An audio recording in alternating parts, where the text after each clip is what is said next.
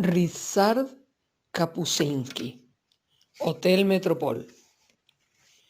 Vivo en una balsa que se encuentra en un callejón del barrio comercial de Accra. La balsa, que se levanta sobre unos postes, alcanza la altura de un primer piso y se llama Hotel Metropol. En la época de las lluvias, esta rareza arquitectónica se pudre y se enmohece, y en los meses de sequía cruje y se resquebraja.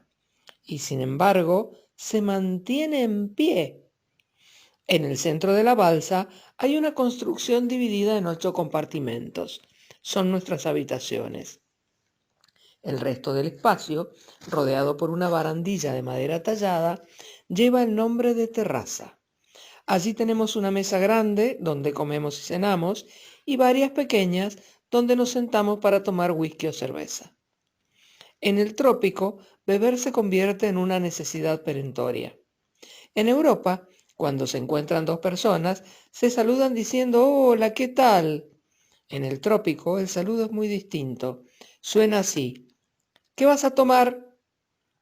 Aunque también se beba durante el día, el beber verdadero, obligado, metódico, empieza con la puesta del sol, cuando se sabe que pronto se hará de noche y la noche aguarda agazapada, acechando al osado que pretenda desdeñar el alcohol.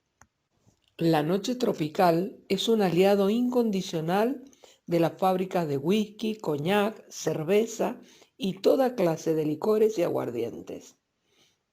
A todo aquel que no contribuya al aumento de las ganancias de las destilerías, lo combate y lo vence la noche esgrimiendo su mejor arma, el insomnio.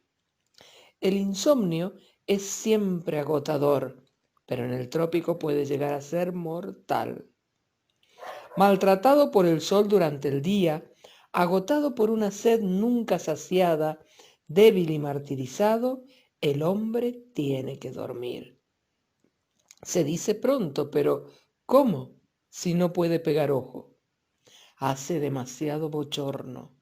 El aire pegajoso y sofocante llena la habitación. Ni siquiera es aire, sino algodón húmedo. Respirar equivale a tragar bolas de algodón empapado en agua caliente. Es algo inaguantable. Es algo que da náusea, que envilece, doblega y exaspera. Los mosquitos pican implacables y gritan los monos. El cuerpo, empapado de sudor, se vuelve pegajoso y repugnante al tacto. El tiempo se detiene y el sueño reparador no llega. A las 6 de la mañana, invariablemente a las 6 todos los días del año, sale el sol, añadiendo el abrasador calor de sus rayos al bochorno de esta sauna sofocante y petrificada. Hay que levantarse, pero faltan las fuerzas para hacerlo. Napoleón no se ata los cordones de los zapatos porque dice que agacharse hasta llegar al suelo le supone un esfuerzo demasiado grande. Una noche así causa estragos en el ánimo. La persona se siente derrotada e inútil como una zapatilla vieja, apagada, aplastada, inerte. La atormentan añoranzas extrañas, nostalgias inexplicables, pesimismos lúgubres. Espera que se acabe el día, que se acabe la noche, que todo se acabe de una puñetera vez. Y, como no, bebe.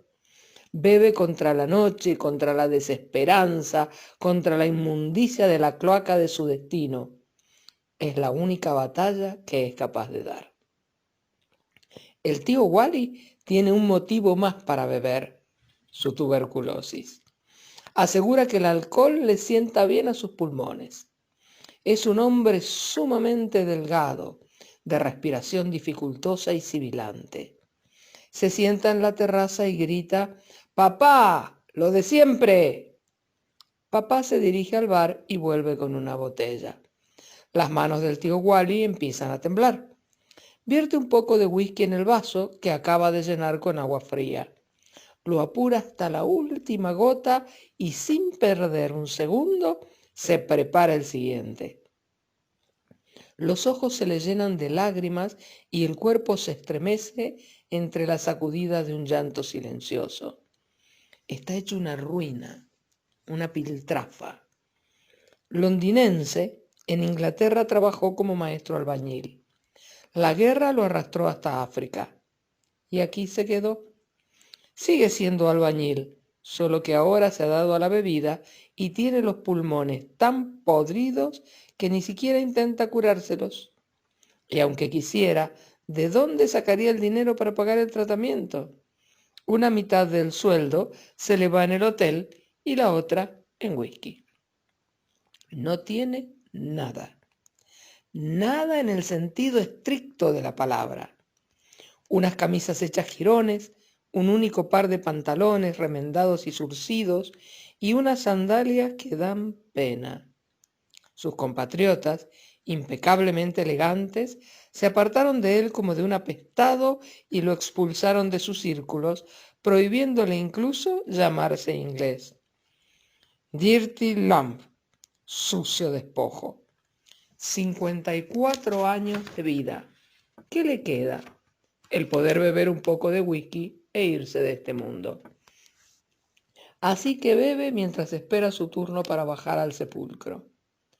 No te cabrees con los racistas, me dice, ni con los burgueses.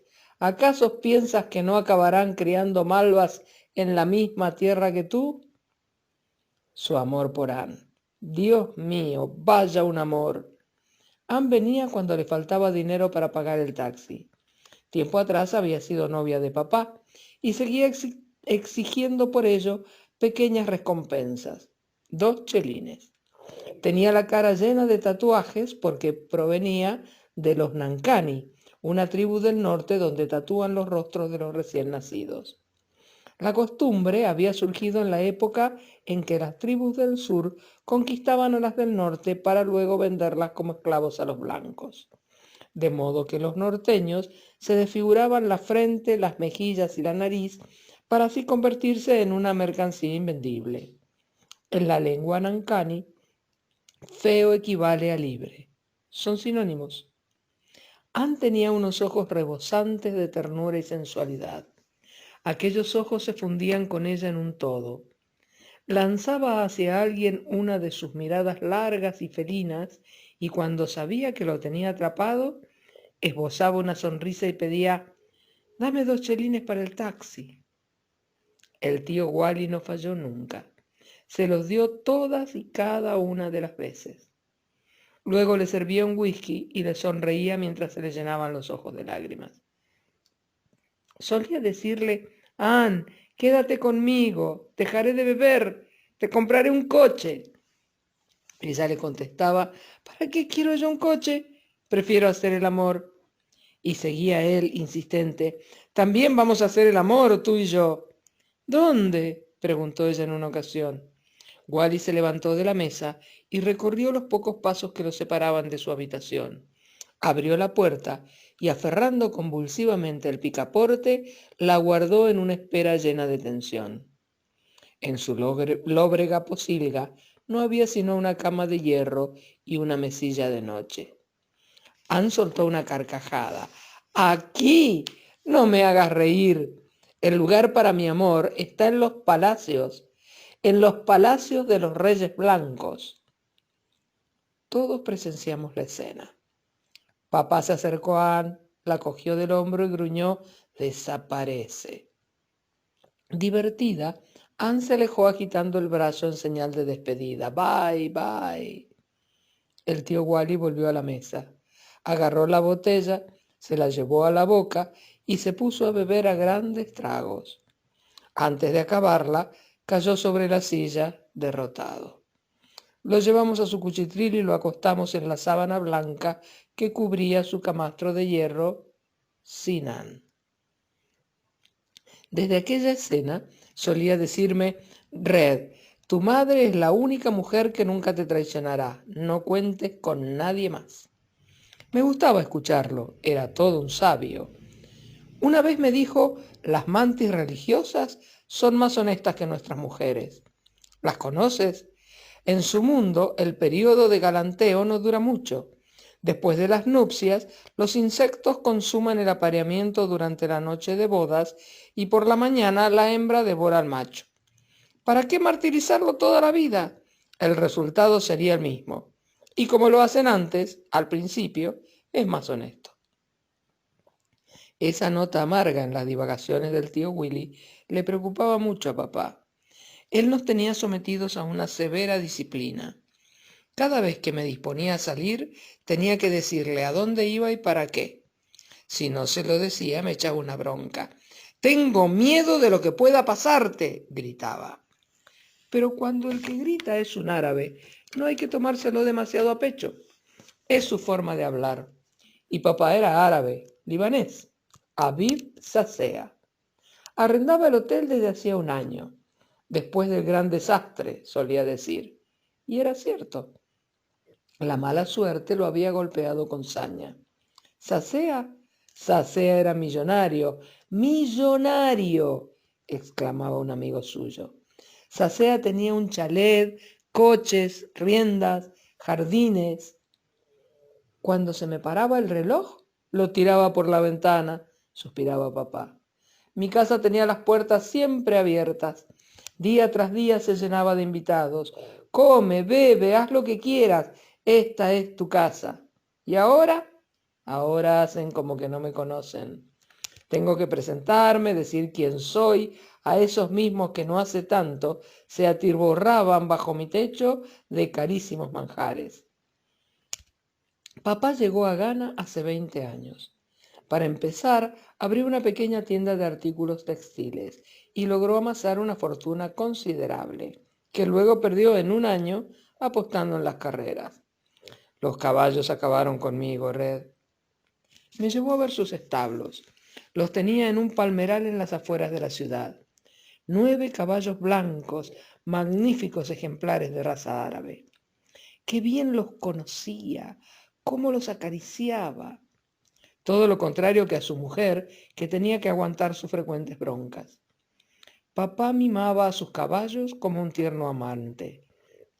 Sacó uno para enseñármelo.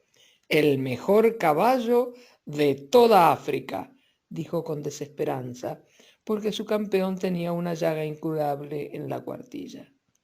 Los demás caballos también tenían el mismo tipo de llagas y se le iban muriendo uno tras otro.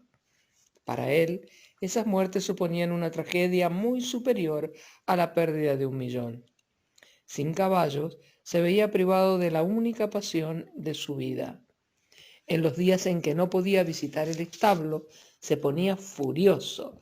Cualquier cosa lo sacaba de quicio. Solo se calmaba en el palmeral, contemplando cómo el mozo de cuadra hacía desfilar ante él, uno a uno, los veloces ejemplares de raza árabe con ojos del color de la sangre. A su mujer, papá nunca la llevó a ver los caballos.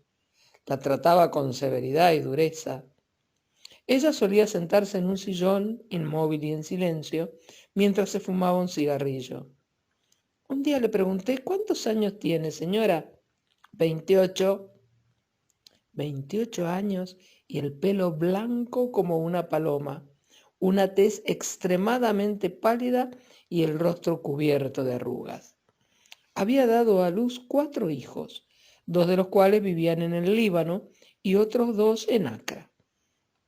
Algunas veces había traído a Ghana a su hija, una niña subnormal que se arrastraba a 4 patas por el suelo, víctima de convulsiones, y que chillaba de forma tan inhumana que al oírla se nos helaba la sangre en las venas. Aunque había cumplido los 10 años, no sabía andar ni hablar. Gateando, se arrastraba hasta el rincón donde estaba el gramófono, alzaba la cabeza y lanzaba miradas suplicantes. La madre ponía un disco de Dalida. La voz de la cantante se oía entremezclada con un agudo y aterrador aullido de la niña. Su rostro irradiaba felicidad. Terminado el disco, la garganta de la criatura emitía un gruñido ininteligible. Pedía más música. La pequeña se había encariñado con primer ministro. Solo él sabía sonreírle. Ella se abrazaba a sus pies, se restregaba contra sus piernas, ronroneaba. Él le acariciaba la cabeza y le daba suaves tironcitos de las orejas. Lo llamábamos primer ministro porque se jactaba de ser amigo personal de muchos de los miembros del gobierno de Guinea. Antes había vivido en Conakry, dedicado a comerciar con Dios sabe qué. Si alguno de vosotros se dispone a viajar a Guinea, solo tiene que decírmelo. Le daré una carta para Sékou Touré, decía dándose importancia. Es un amiguete mío. Los ministros, ¿qué ministros ni qué 8 cuartos? No merece la pena ni gastar saliva con tan poca cosa. Para primer ministro, soy algo así como un cómplice. Me coge por banda y me invita a una cerveza. Escúchame, Red, empieza. Tú que has viajado tanto por el mundo, dime, ¿en qué país podría yo montar un gran business? En Ghana tengo un business pequeño, un business muy pequeño. Contemplo el rostro sudoroso de este gordinflón, su cara de perro apaleado. ¿Qué puedo aconsejarle? Pienso para mis adentros, he aquí un hombrecillo con ambiciones de capitalista, de ningún modo un tiburón de las finanzas, sino uno más del vasto ejército de pequeños comerciantes. Debería sugerirle alguna idea, ¿por qué no? Se me ocurren Birmania, Japón, Pakistán, pero todos esos lugares ya están más que saturados. ¿La India tal vez? Pregunta primer ministro. De ninguna manera, pienso, la India es muy difícil. Además, en todos esos países se han instalado monopolios poderosos. Demasiados monopolios, le digo, maldito capitalismo. Él asiente con la cabeza y dándome la razón, repite apesadumbrado, maldito capitalismo. Primer ministro recorre el país en un intento de hacerse un lugar en el mercado, de crecer en importancia. Bajo no pocos cielos ha intentado desplegar su tienda, pero de nada le han servido sus esfuerzos. En vano se consume en una lucha estéril que no lo lleva sino al desgaste y a la desilusión. ¿No existirá un país donde montar un gran business? Pregunta.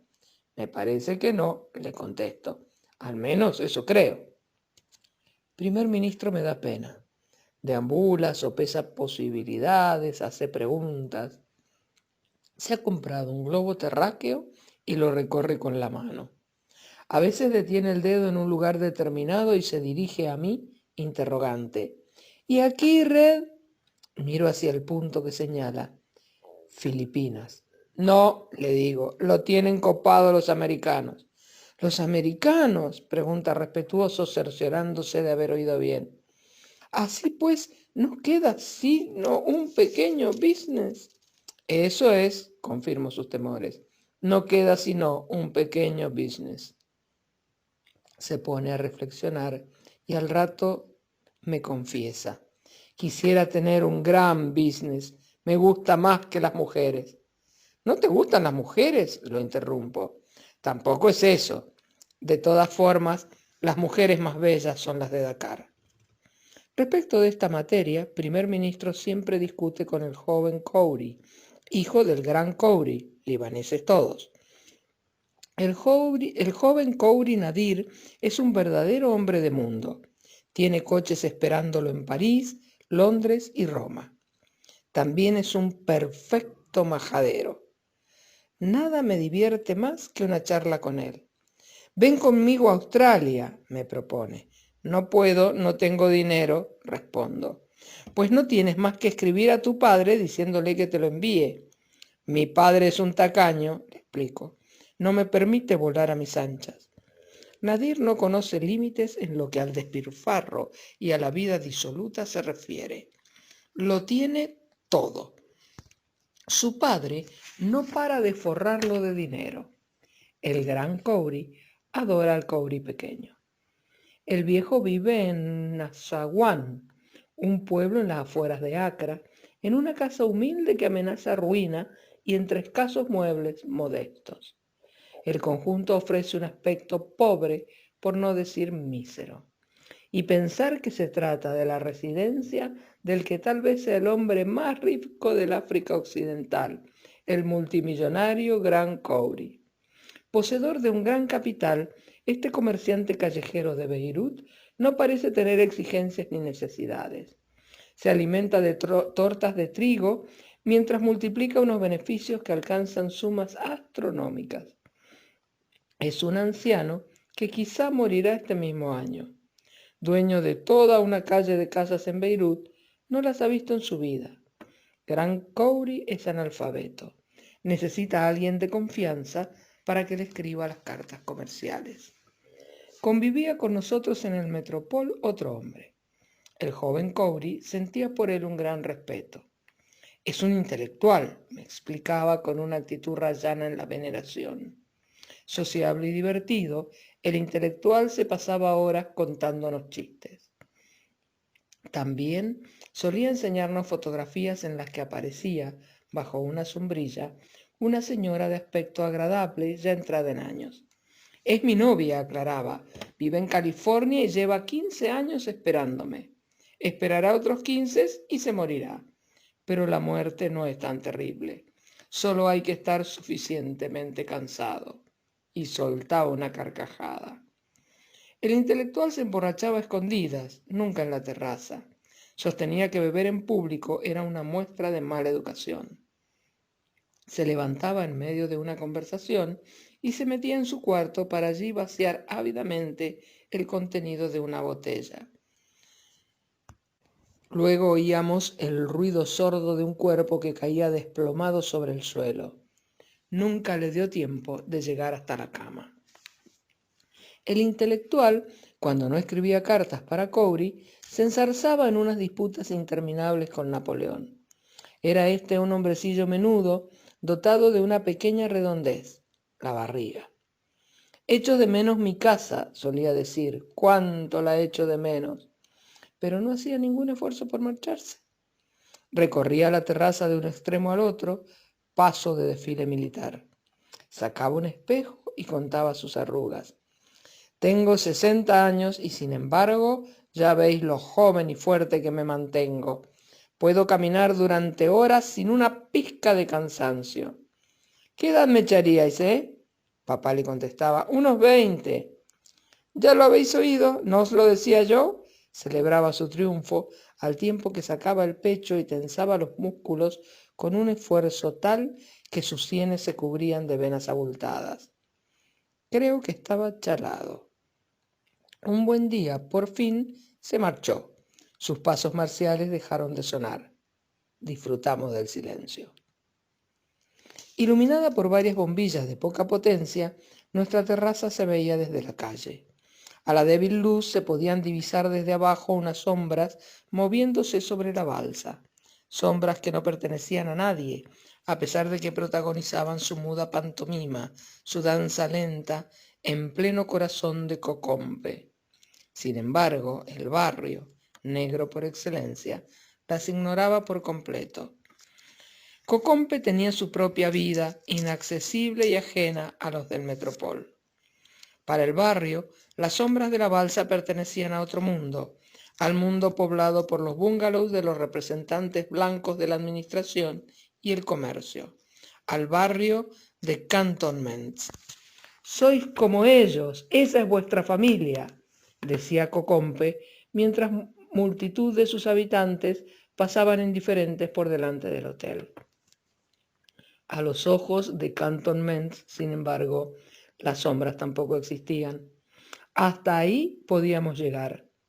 El barrio de Cantonments le volvía la espalda en una muestra de desprecio mezclado con vergüenza.